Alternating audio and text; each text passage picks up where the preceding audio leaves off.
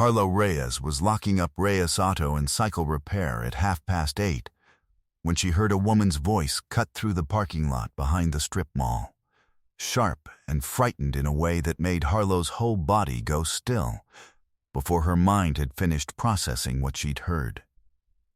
She didn't think about it. 6 years out of the Army, and her body still moved the way 2 tours had trained it to. Toward the danger, not away from it. She found a man with his hand wrapped around a young woman's arm hard enough to leave marks, shoving her against a parked car while she tried, uselessly, to pull free. "Let her go," Harlow said. 3 words, already crossing the distance. The man turned and swung before Harlow finished the sentence, his fist catching her hard across the cheekbone. And Harlow felt her vision go white for half a second before the same training that had gotten her through an eye blast 8 years earlier took over completely.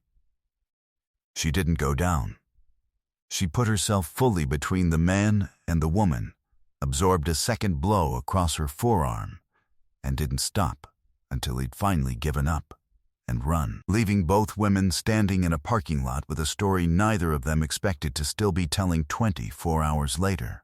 What happened the following morning would end with 200 motorcycles filling the gravel lot outside Reyes Auto and Cycle Repair.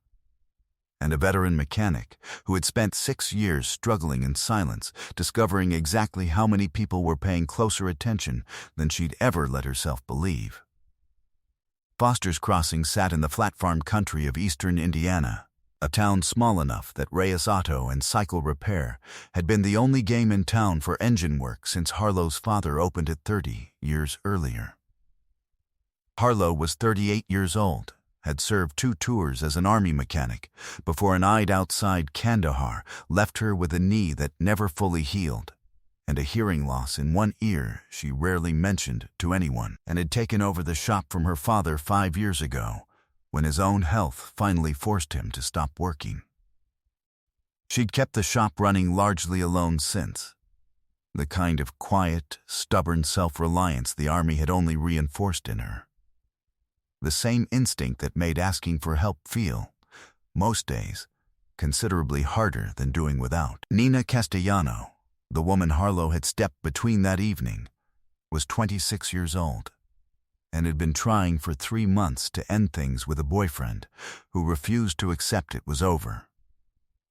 Following her from her apartment to her car more times than she'd ever reported to police, certain each time that reporting it would only make things worse before it made them better. Before we get any further, if this is your first time here, hit subscribe so you don't miss what happens next. Because the next 24 hours weren't only about one act of courage in a parking lot. They were about a community discovering that the woman who'd protected a stranger without hesitation had been quietly protecting herself from asking for any help at all for considerably longer than anyone around her had realized. Now back 5 years, to the day Harlow took over her father's shop. Harlow's father, Manny Reyes, had built the shop from a single garage bay into the county's most trusted repair business over 3 decades, and had handed it to Harlow with more pride than either of them had known how to express out loud the day his own hands finally stopped being steady enough for the work.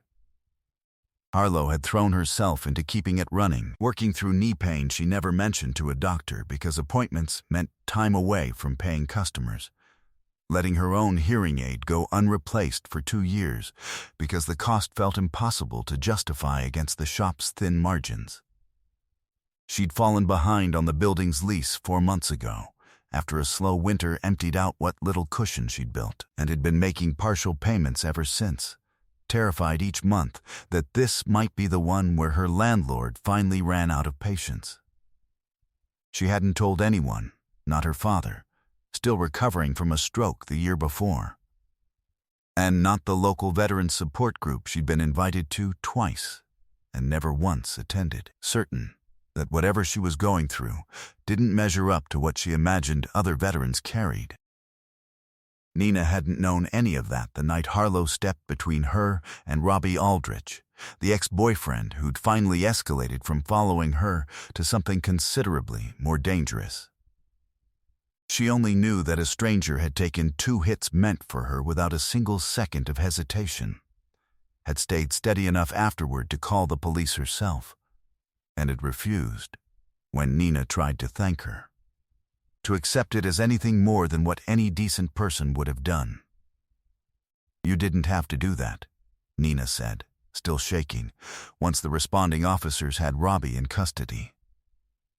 "Somebody was hurting you," Harlow said, pressing a cloth to her own split cheek. "I wasn't going to only watch." Nina couldn't stop thinking about it overnight, and the next morning, unable to shake the feeling that a woman who'd given that much to a total stranger deserved more than a thank you card, she called the only number she had for anyone connected to the local motorcycle community, her cousin, who rode with the Iron Vows Foster's Crossing chapter, and who happened to mention, once Nina finished the story, that Reyes Auto had been the shop his own father used for 30 years, and that everybody in 3 counties owed Manny Reyes's daughter more gratitude than a card could hold anyway. Word moved through the chapter within the hour, and it was during that first wave of calls that a member who'd brought his bike in for service the previous month mentioned, almost in passing, that he'd overheard Harlow on the phone with her landlord, voice tight with an anxiety she'd clearly been trying to hide. Another member remembered noticing her wince whenever she knelt beside an engine, favoring one knee in a way that had nothing to do with normal mechanic wear and tear. The picture assembled itself fast, the way these things always did once enough people who cared started comparing notes. A veteran who'd given everything to protect a stranger without a second thought had been quietly giving up her own comfort, her own health, and nearly her own business for years, without ever once asking anyone to notice. The chapter's road captain, a woman named Dot Ferreira, who'd run 3 fundraisers for local veterans over the past decade, made the calls that mattered. To the landlord, to a veteran's medical advocacy contact who could help expedite Harlow's overdue hearing aid replacement and knee evaluation, and to every rider in 4 counties who might want to be part of showing up for a woman who'd never once asked anyone to show up for her.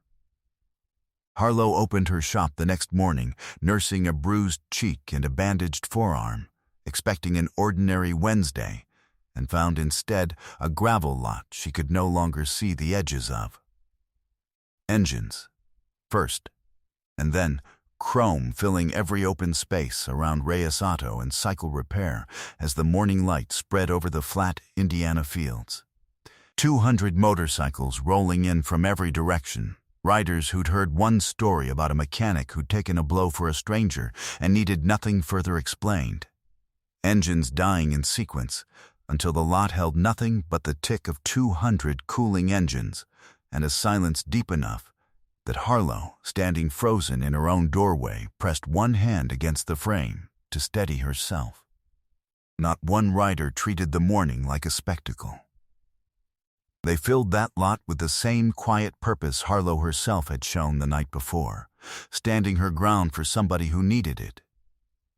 Dot Ferreira climbed off her bike and crossed to the doorway first. "Harlow Reyes," she said. "Your landlord's lease balance was paid in full this morning, current and 3 months ahead. Your knee's got an appointment with a specialist Friday, and your hearing aid gets replaced next week, both covered." She let that settle before continuing. "None of that was charity. That's a community paying a debt it should have noticed it owed you a long time ago." Harlow's composure, steady through combat and steady through 6 years of quiet struggle, finally broke standing in her own doorway. "I don't understand," she whispered. "I only did what anyone would have done." "Not anyone," Dot said. "You did it without a second of hesitation, at considerable cost to yourself, for a stranger you'd never met. We're only doing the same thing back." Harlow's father, Manny, informed by a phone call from Dot herself, arrived 20 minutes later, moving slower than he used to, but standing straighter than he had in months. Once he saw the lot full of motorcycles, honoring the daughter who'd taken over everything he'd built. He didn't deserve to feel proud alone. He didn't have to. Robbie Aldrich was charged with assault and stalking, charges made considerably more solid by Harlow's clear account, Nina's accumulated pattern of prior incidents, and witnesses who'd seen exactly what happened in that parking lot. Nina finally felt safe enough, in the weeks that followed, to file the reports she'd been too frightened to file for 3 months running. Harlow's knee surgery went smoothly 6 weeks later, and she returned to the shop lighter on her feet than she'd been in years, no longer working through pain she'd convinced herself was only part of the job. Her new hearing aid arrived the same week, and she said, more than once, that she hadn't realized how much quiet static she'd been living inside until it was suddenly gone.